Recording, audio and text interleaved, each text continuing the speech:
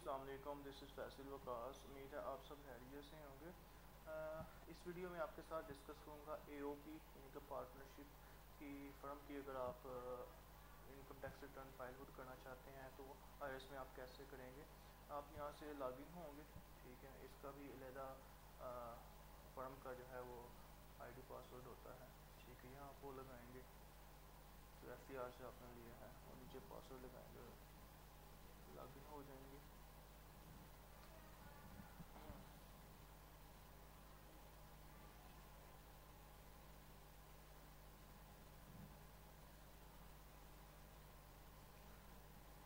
उसके बाद यहीं ऊपर डिक्लेरेशन पे आप आएंगे, क्लिक करेंगे और इसमें सेम वही जो पिछली वीडियो मैंने बताया था कि 114(1) में हम इसको ओपन करेंगे, ठीक है। इसमें हम जितने भी AOP में जितने भी लोगों ने पहले इसमें सिलेक्ट करेंगे, सिर्फ जस्ट हम बिजनेस एक्टिविटीज़ लिखेंगे, ठीक है।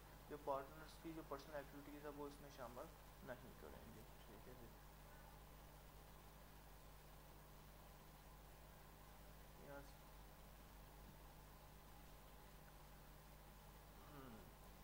अगर फर्म के नाम से कोई प्रॉपर्टी ली बेची, उसमें से जो प्रॉफिट हुआ उसको हम इधर लिखेंगे, ठीक है।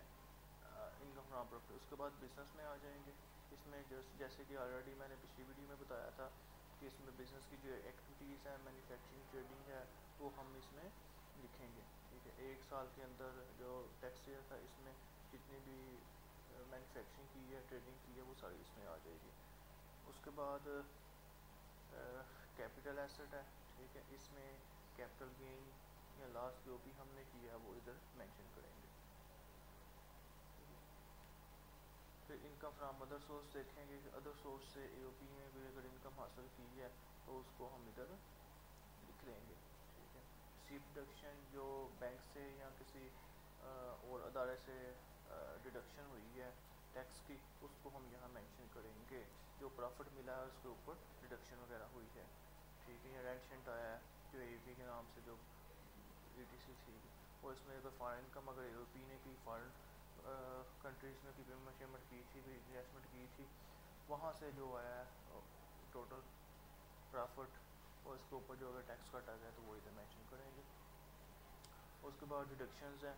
अगर जो बैंक्स में या दूसरी जगह पे डिडक्शन गाड़ी शाड़ी खरीदी है और उसके ऊपर भी जो सारी बात कोई टैक्स होता है उसको भी हमने मेंशन करना होता है। AOP के नाम से हम गाड़ी शाड़ी ले सकते हैं, ठीक है। वो सारी डिडक्शंस इधर होंगी, ठीक है।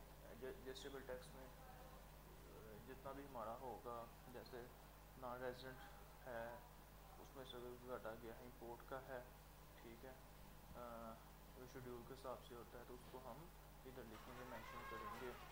और इधर उसी तरह बैंक अकाउंट को लिख लेंगे, मेंशन करेंगे, ठीक है, वगैरह जो भी है।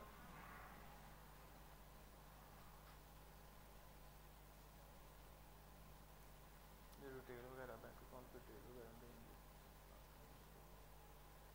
मेंशन कर सकते हैं।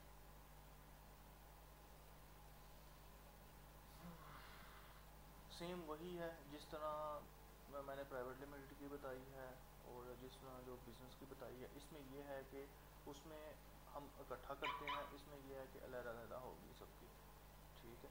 AOP की अलहदा होती है, फिर पार्टनर की अलहदा होती है। यहाँ से जो प्रॉफिट वगैरह निकलता है फिर वो उस पार्टनर वगैरह में डिवाइड होता है, ठीक है। इसका भी हमें रिकॉर्ड अलग रखना पड़ता है क्योंकि AOP का भी असूल है कि इसकी भी एट द एंड ऑडिट करवानी होती है और ऑडिट पर्पज़ के लिए भी हमें ये इसका रिकॉर्ड सेपरेट रखने की ज़रूरत होती है, ठीक है। सेम अगर एट द एंड जो हमारा टैक्स बनेगा यहाँ पे वो हम लिखेंगे। अगर रिफंडेबल है तो हम रिफ़ंड लेंगे, अगर एडजस्टेबल है तो यहाँ हम एडजस्ट करेंगे। और अगर पे हमने टैक्स करना है कैलकुलेशन के बाद एक अमाउंट आ जाएगी, उसका हम CPR बनाएंगे और पे कर देंगे।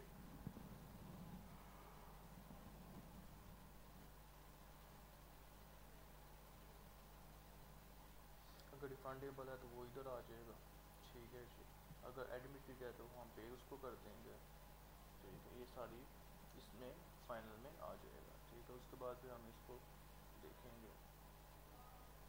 डेप्रिसिएशन है, अगर कोई प्रॉपर्टी गाड़ी शाड़ी ली हुई है हमने इसके नाम पे, ठीक है, तो उसकी फिर हम डेप्रिसिएशन यहाँ से निकालेंगे ताकि उसकी वैल्यू का पता चलता रहे उसकी कितनी वैल्यू है। ठीक है, तो ऑप्शन ऑफ ऑफ पीटीआर इधर से देखेंगे। पेमेंट अगर कोई टैक्स वगैरह हमने पे किया हुआ है तो उसकी सीडीआर यहाँ से या सीपीआर यहाँ से अटैच करेंगे।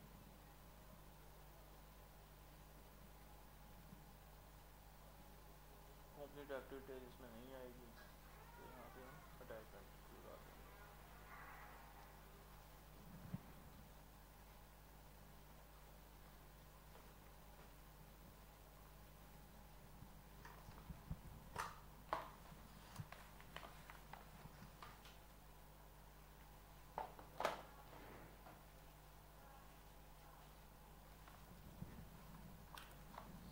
यहाँ से सिलेक्ट करेंगे कंपनी रेजिडेंट है नॉन रेजिडेंट है,